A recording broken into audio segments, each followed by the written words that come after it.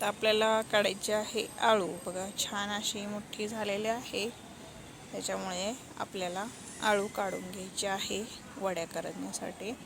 चला आता आपण आळूचे पानं काढून घेऊया. बघा किती सुंदर असे आळूची पानं आणि हे घोळची भाजी किती सुंदर निघलेली आहे. तर आपण याला पिशवीत भरून घेऊया.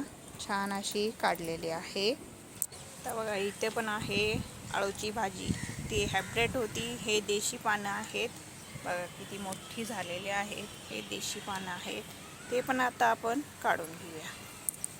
तर आपण हे देशी पानं पण काढून घेतलेले आहेत. आणि इथं झेंडूचं झाड बघा किती सुंदर वाढलेलं आहे, छान असं दिसते.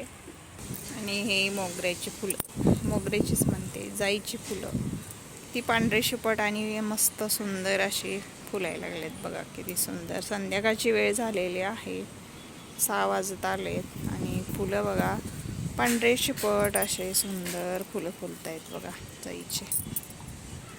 तर बघा घेवड्याच्या शेंगा पण आहेत 4, त्या पण काढायच्या आहेत. आणि इथं वांगे आहेत बघा, हे वांगे पण काढायचे आहेत. आता मोठी झालेली आहेत वांगे, त्याच्यामुळे आता हे वांगे आपल्याला काढायचे आहेत. बघा भरपूर असे मोठे झालेत वांगे, किती छान असे सुंदर मोठे झालेत. तर काढून घेऊया भाजीसाठी. छान आता मोठे झालेले वांगे आपण आता काढून घेऊया. आणि राजगिरीची भाजी बघा किती सुंदर आहे, ही राजगिरीची भाजी. पण हे राजगिरीची भाजी पण काढून घेतलेली आहे. सुंदर असा भाजीपाला आहे, तर आपण काढून घेऊया. आता वांगे काढून घेऊया.